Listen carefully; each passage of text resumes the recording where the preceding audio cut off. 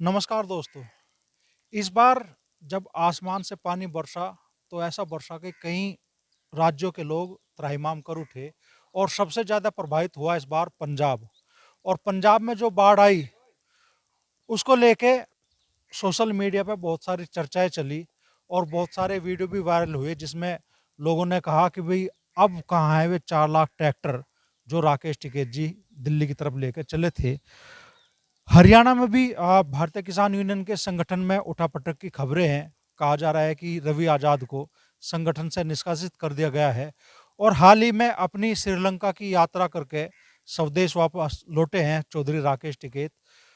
तो चर्चा ये भी चली कि पूरे दुनिया के 108 संगठनों के अंतर्राष्ट्रीय अध्यक्ष बने हैं चौधरी राकेश टिकैत जी। कितनी सच्चाई है इन चर्चाओं में। और आज सुप्रीम कोर्ट ने वक्फ कानून के कुछ प्रावधानों पर रोक भी लगा दी है। तो इन सारे मुद्दों पर चर्चा करने के लिए खुद किसान नेता चौधरी राकेश टिकैत जी हमारे साथ में हैं। तो चौधरी साहब, इस बार पंजाब बाढ़ से सबसे ज़्यादा प्रभावित दिखा और उस बाढ़ के बहाने आप भी निशाने पाए। कुछ लोगों ने पूछा भाई अब कहाँ है वो 4 लाख ट्रैक्टर। ऐसे ना जिनका बीमारी है उनका तो कोई इलाज है नहीं। जैसे जैसे बाढ़ का पानी रुका और खेत खाली हुए तो ट्रैक्टर चलते हुए दिखना शुरू हो गया। अब वहाँ पे पंजाब में वीडियो देख रहे थे, एक तो बहुत ट्रैक्टर वहाँ पे चलकर खेतों को इकसार कर रहे हैं। और हमने एक योजना भी कहा वहाँ पे कि अपना खेत और अपना रेत। अगर वहाँ पे रेती आई है तो जिसके खेत में रेत है वो उसको बेच ले, क्योंकि जब ही उसके खेत फ्री होंगे। और वहाँ पे हरियाणा के लोग, पंजाब के लोग वहाँ पे अपने ट्रैक्टरों से मदद कर रहे हैं। आज भी हमारी बात हुई तो उन्होंने कहा जी 20-25 दिन और रुकना पड़ेगा। अभी कुछ जगह खेत खाली हो रहे हैं, कुछ जगह और जब बिजाई शुरू होगी तो उस टाइम पे हमको वहाँ पे व्यवस्था करवानी पड़ेगी। बहुत संस्थाएं वहाँ पे लगी हुई है, उनके घर बनवाने में भी लगेंगे, उनके खेत को ठीक करवाने में लगेंगे, बीज और खाद की ज़रूरत पड़ेगी, सीमेंट की ज़रूरत पड़ेगी। तो इन सब चीज़ों की जैसे जैसे ज़रूरत पड़ती रहेगी, जो भी योगदान हमारा होगा हम देते रहेंगे। हमने देखा भी पश्चिम उत्तर प्रदेश के मेरठ के किसान, मुजफ्फरनगर के किसान सिसोली लगातार खाद्यान्न और राहत सामग्री लेके पहुंच रहे हैं। बहुत सामग्री आ रही है, बहुत सामग्री अभी रुकवा रखी है। अभी मुरादाबाद से अमरोहे से फोन आया था, हमने कहा भाई उसको रोक लो, और नहीं रोक रहे तो आप उसको यहाँ भिजवा दो। अगर आप सीधा भेजना चाहते हैं तो संगठन के लोग हैं, आप बता देना, आप सीधा भेज दो। जो जिसकी मर्जी है वो उस हिसाब से काम कर लें। अगर सीधा लेके जाना है तो वहाँ के नंबर दे देंगे, वहाँ ले जाओ, गुरुद्वारे में दे दो, वहाँ बहुत संस्थाएं काम कर रही हैं, आप उनको दे दो। संगठन और जत्थेबंदी बहुत है, आप उनको दे दो। यहाँ पे आप सिसोली दे दो तो यहाँ से टरकू से यहाँ से जाता रहेगा।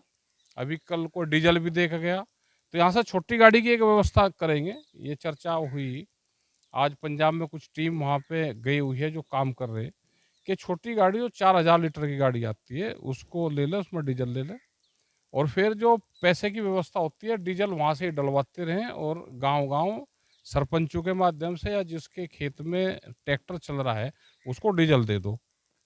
वहाँ लेकिन टीम को बैठना पड़ेगा कि ये नहीं कि डीजल दे दिया और वो अपना घर पे कोई ले गया। जो खेत में काम कर रहे हैं आप, जो ट्रैक्टर की सेवा देना चाहता है उसको डीजल देते रहो। बहुत संस्थाएं लगी है उस काम पे। अच्छा, हरियाणा में संगठन में बड़ा विवाद सामने आ रहा है। सोशल मीडिया पे बहुत सारे वीडियो तैर रहे हैं। कहा जा रहा है कि भाई रवि आजाद संगठन से निष्कासित कर दिए नहीं, गए। ऐसा नहीं, निष्कासित नहीं हुआ।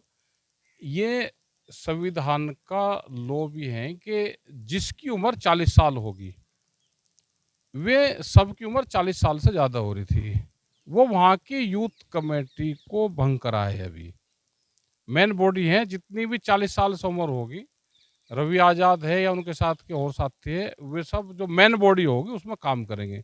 कोई संगठन से नहीं हटा, वे संगठन में ही है, संगठन में ही काम करते रहेंगे। जो वहाँ के अध्यक्ष हैं वे सब आपस में मिलके अपना ऊपर पदों और नीचे की बॉडी जिलों में जाके वहाँ पे तय करेंगे। हम भी जिलों में जाएंगे और हमने ये निर्णय लिया है कि डिस्ट्रिक्ट वाइज हम मीटिंग करेंगे, जैसे यहाँ पे करते हैं ऐसे ही हरियाणा में भी डिस्ट्रिक्ट वाइज मीटिंग हरियाणा में भी करनी शुरू करेंगे। कहा जा रहा है भाई रवि आजाद को हटाया गया तो उसके पीछे संगठन का विवाद भी है। नहीं नहीं, विवाद कुछ नहीं है, कोई विवाद नहीं है। और ना हटाया गया, जब 40 साल से उम्र ज़्यादा होगी तो संगठन को भंग करा वहाँ पे। और आज रवि काम करता है, काम अपना करता रहेगा, लेकिन मेन बॉडी में काम करेंगे। अब 40 साल से उम्र यहाँ पे भी ज़्यादा हो जाती है तो यहाँ से भी हटाने पड़े। ये केंद्र सरकार में जो पार्टी है उसको बड़ा फार्मूला चल रहा है 75 साल से ऊपर। यूथ यूथ की तो इंटरनेशनल उम्र तो यूथ की 35 है, तो हम भी धीरे धीरे अभी 40 पे काम कर रहे हैं और 2-3 साल में इसको 35 पर ले आएंगे। फिर मतलब 25 से 30 से 35 तक वो काम करे, उसके बाद में फिर मेन बॉडी में काम करे। और यहाँ पे एक प्रोग्राम बना रहे हैं कि दिसंबर में एक यूथ का 100 लोगों का ट्रेनिंग यहाँ पर लगाएंगे। सिसोली में 5 दिन की ट्रेनिंग होगी, अभी उसकी डेट निर्धारित हो जाएगी। उसमें कर्नाटक से करीब 20 लोग आएंगे, तमिलनाडु से, हरियाणा से, कुछ पंजाब से, ऐसे 100 लोग का एक ट्रेनिंग कैंप पहले उसमें उनको ट्रेंड करना। और बाहर से लेक्चर वालों को बुलवाएंगे क्या पॉलिसी चल रही उसके बारे में बताएंगे, यूथ का क्या काम रहेगा वो बताएंगे, क्योंकि यूथ ही आने वाले टाइम पे काम करेगा। अगर ट्रेनिंग उसको एक बार दे दी तो 40 साल काम करेगा वो, और बिना ट्रेनिंग का तो काम करता ही नहीं, बिना का तो वो उड़ जाएगा कहीं ना कहीं। आजकल बड़ा वो हो गया, सोशल मीडिया पे कैसे रहना है, अधिकारी से कैसे बातचीत करनी है, आंदोलन कैसे होगा, तो उसकी रूपरेखा बनेगी और यूथ सीख जाएगा तो आगे तक वो काम करता रहेगा। जब आप अभी श्रीलंका का दौरा करके वापस लौटे हैं, श्रीलंका में किसानों के क्या हालात देखने के लिए मिले, पहले तो वो बता दीजिए, और किन मुद्दों को आवाज दी गई, चूंकि करीब 100 से भी ज्यादा संगठन एक मंच पर थे। वहाँ पे क्या है कि करीब 125-30 संगठन वहाँ पे होंगे। 100 इतने देश के लोग थे वहाँ पे, इतने देश थे। और एक नलनी इंटरनेशनल एक फोरम बना है, पहले था लाविया कैंपेसिना, उस पे किसान और मजदूर भूमिहीन किसान बात करते थे उस प्लेटफार्म पे। अब एक नलनी ग्लोबल एक्शन एक संगठन बना है, उस पे हर समस्या उस पर उठा सकते हैं, वो चाहे मजदूर हैं, भूमिहीन किसान हैं, वो मछुआरे हैं, वे आदिवासी हैं, चाहे वे छात्र हैं, डॉक्टर हैं, किसी को कोई भी समस्या हो पूरी दुनिया में उस प्लेटफार्म पे वो उठा सकते हैं। उस तरह का एक प्लेटफार्म था, वहाँ पे अलग अलग संगठन के लोग वहाँ पे आए, उन्होंने अपनी बात रखी, अपना पक्ष वहाँ पर रखा। और बड़ा जो वो रहता है वहाँ पे कैसे एक दूसरे को अपनी बात कहेंगे, तो करीब 68 भाषाओं का अनुवाद वहाँ पे हो रहा था। 100 से ज़्यादा लोग जो अनुवाद करते थे, एक भाषाओं को दूसरे भाषा में ट्रांसफ़र करते थे, 100 से ज़्यादा वे लोग थे। दूसरा जो ऑफिशियल स्टाफ था वो था, और लगाओगे तो 1500 से 2000 के आसपास उसमें पूरे उसमें लोग थे। कुछ वहाँ का स्टाफ था, कुछ यहाँ का था। और जहाँ तक श्रीलंका का सवाल है कि वहाँ पे किसान कैसे हैं, वहाँ ज़्यादातर फल फ्रूट के पेड़ हैं, नारियल है, जो हमारे साउथ का किसान है, नारियल है वहाँ। और जो आम, जैसे आम है, आम आ रहा है वहाँ पे, तरबूज है। अभी जो लोकल वैरायटी है वो अभी उन्होंने रोक कर रखी है, तो उसकी खेती होती है, धान की खेती होती है वहाँ पे। जो फल और सब्जियाँ बहुत होती है अभी वहाँ पे, तो उनकी सबकी उनने ज़्यादातर लोकल वैरायटियाँ उनने संजोग कर रखी है। हमको भी बीज पे काम करने की ज़रूरत है, जो हमारे ट्रेडिशनल सीड थे, देसी बीज थे, उस पे काम करने की ज़रूरत है। नहीं तो आने वाले टाइम पे, क्योंकि वहाँ अमेरिका के किसान थे, उन्होंने कहा जी हमारे वहाँ पे देसी वैरायटी कुछ नहीं है, अब यूरोप में ख़त्म होगी। तो बीज का बड़ा व्यापार दुनिया में है, तो हम यहाँ पे भी किसानों को समझाएंगे कि देसी वैरायटी को संभाल कर रखें, उनको आदान प्रदान करें, बड़ी कंपनियों के चक्कर में नहीं पड़ना। कंपनियों का काम है कि खेती पे कब्जा करना और इसको सबको बाजार के हवाले करना। तो इन सब चीज़ों पे वहाँ पे चर्चाएँ हुई। एक चर्चा ये भी आई कि आप श्रीलंका में जब आप थे कि भाई करीब 108 संगठनों ने एक अंतर्राष्ट्रीय मंच बनाया और राकेश नहीं, टिकैत नहीं, जी नहीं, नहीं, वो उसके गलत अंतर्राष्ट्रीय अध्यक्ष बने। नहीं, नहीं, गलत न्यूज़ थी वो। वो किसी जींद के लोगों ने वो डाली। हमने वहाँ पे साउथ एशिया की तरफ से हम बोल रहे थे वहाँ पे। जितने हमारे साउथ एशिया में कंट्री पड़े थे उनकी तरफ से हमने पक्ष रखा था अपना। उनकी तरफ से बोल रहे थे।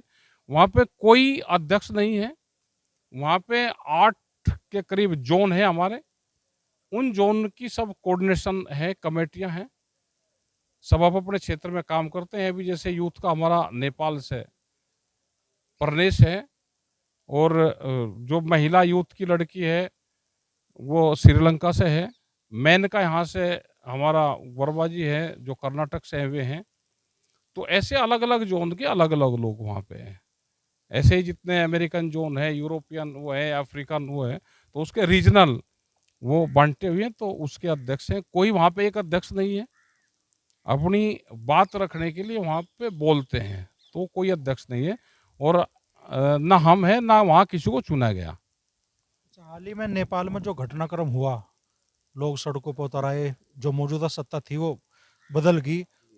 तो उस घटनाक्रम को किस तरीके से आप देख रहे हैं? और बहुत लोग इस तरह की आशंका भी जताने लगे हैं कि भाई शायद भारत में भी ऐसी चीजें देखने के लिए मिल। ऐसा नहीं है कि भारत में देखने को मिलेगी।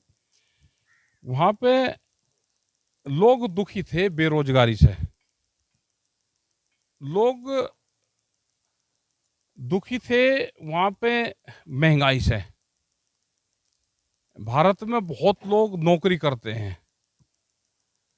जो यूथ है, यूथ को आप काम नहीं दोगे तो बगावत करेगा। तो यूथ को आप काम दो। खाली धार्मिक उससे नहीं होता कि नेपाल हिंदू राष्ट्र हो गया तो वहाँ पे सब वो करोगे। एक तरफ वहाँ बड़ी कंपनियां आ रही है, तो पता है आजकल का यूथ पढ़ा लिखा है, सब सोशल मीडिया चलाता है। ऐसा नहीं है उन्होंने एक तरफा से सब लठिया दिया, कोई छोड़ा ही नहीं। एक दिन तो उन्हीं का राज रहा वहाँ पे। लेकिन यहाँ पे उस वो तरह की स्थिति नहीं है। यहाँ पे कोई चीज़ होती है तो सरकार उससे बात करते हैं। यहाँ पे संगठन है, भिन्न-भिन्न संगठन है। सरकारों से, अधिकारियों से यहाँ पे बात करते हैं और वो बात सुनी जाती है। सोशल मीडिया पे बैन भी कहा जा रहा है कि बड़ी वजह अभी बना। आप सोशल मीडिया पे उनको कहा कि रजिस्टर्ड करवाओ आप। जो भी चलाया होगा रजिस्टर्ड करो। यहाँ पे भी जैसे भारत में भी सोशल मीडिया जो कुछ ऊक-चूक से दिखावे उसे जेल में भेज दे। तो नेपाल में इससे भी बुरा हाल हो गया था। तो वहाँ पे यूथ भड़क गया सारा, इकट्ठा हो गया वो। वक्फ बिल पे आज सुप्रीम कोर्ट ने बड़ा आदेश दिया। सुप्रीम कोर्ट ने रोक लगाने से तो इनकार कर दिया वक्फ बिल पे जो संशोधन हुए थे उन पे, लेकिन कुछ प्रावधान है जिन पर रोक लगाई है। क्या कहना चाहेंगे? और सुप्रीम कोर्ट ने भाई देखा होगा कि किन उस पर रोक लगनी चाहिए। और वो तो जब तक नहीं उसको पढ़ा जाएगा तो जब तक कोई वो दिया नहीं जाना चाहिए। और फिर जो आवाज़ है देश की सरकार की, भाई कोर्ट भी तो सुने उसी आवाज़ को। वो कहाँ अलग है भैया। सरकार तो कोई काम करना हो तो कोर्ट से मोहर लगवा देती है। फिर चलो जी कोर्ट से मोहर लगी जी, कोर्ट ने कहा हमने कुछ नहीं करा। भाई मुसलमान और सरदार तो इनके टारगेट पे हैं। इनके टारगेट पे हैं और ये किसान है। आ गया होगा कुछ ना कुछ। अब देखेंगे उसको पूरा पढ़ेंगे क्या है उसमें। श्रीलंका का तो दौरा कराए आने वाले दिनों में, कहाँ कहाँ की अभी नहीं है, अभी तो नहीं है। लेकिन 2026 में शायद यूरोप के प्रोग्राम लगेंगे। अब रीजनल प्रोग्राम लगते रहते हैं। इतना बड़ा ये फोरम भारत में होना था, कर्नाटक में। और वहाँ पर संगठन की करीब जो जगह थी वो भी संगठन की थी। वहाँ पे 40 एकड़ जगह जो वहाँ का संगठन है, चुक्की नजुंडा स्वामी उसकी लीडर है वहाँ की, कर्नाटक राज्य रैयत संघ। उसमें ही वो पूरा डेवलप कर कर वहीं वो प्रोग्राम करना था जंगल में ही। उसकी तैयारी भी 1 साल पहले शुरू हो गई थी, लेकिन भारत सरकार यहाँ सहयोग नहीं कर रही थी। तो इसलिए फिर हमने यहाँ से लिख दिया था और वो फोरम वहाँ पे हुआ श्रीलंका में। वहाँ की गवर्नमेंट ने उसको सपोर्ट करा उसमें मदद करी। वहाँ पे गवर्नमेंट ने, वहाँ के अधिकारी लगे रहे, पुलिस फोर्स के लोग लगे रहे, सब लोगों ने वहाँ पे मदद करी है। तो आने वाले दिनों में देश के किन किन राज्यों की समस्या उठाने वाले हैं राकेश टिकैत? नहीं, अभी तो हम आज आए वहाँ से, श्रीलंका से रात पहुँच गए थे, तो आज यहाँ पे आए। आज यहाँ पे रहेंगे, कल मुजफ्फरनगर 1 बजे तक रहेंगे, कल रात को फिर चले जाएंगे हम महाराष्ट्र। तो वहाँ रहेंगे 17, 18 और 19 में। 20 में दिल्ली आएंगे, 21 से फिर मध्य प्रदेश और फिर उत्तर प्रदेश के। तो अभी 28 तारीख तक कंटिन्यू प्रोग्राम है। फिर हम 28, 29 तारीख में आएंगे, फिर 4 दिन के लिए रहेंगे पंजाब। अक्टूबर में 4 दिन फिर पंजाब रहेंगे। 1 तारीख से चले जाएंगे, तो 1 से 4 तक या 5 तक फिर पंजाब रहेंगे। तो हाल फिलहाल के जो भी घटनाक्रम हैं जिन पे पूरे देश प्रदेश की नज़रें हैं, उस हर घटनाक्रम पे राकेश टिकैत जी ने खुलकर अपनी राय दी। और वक्फ बिल पे उन्होंने कहा कि भाई मुस्लिम, सरदार और किसान निशाने पे है।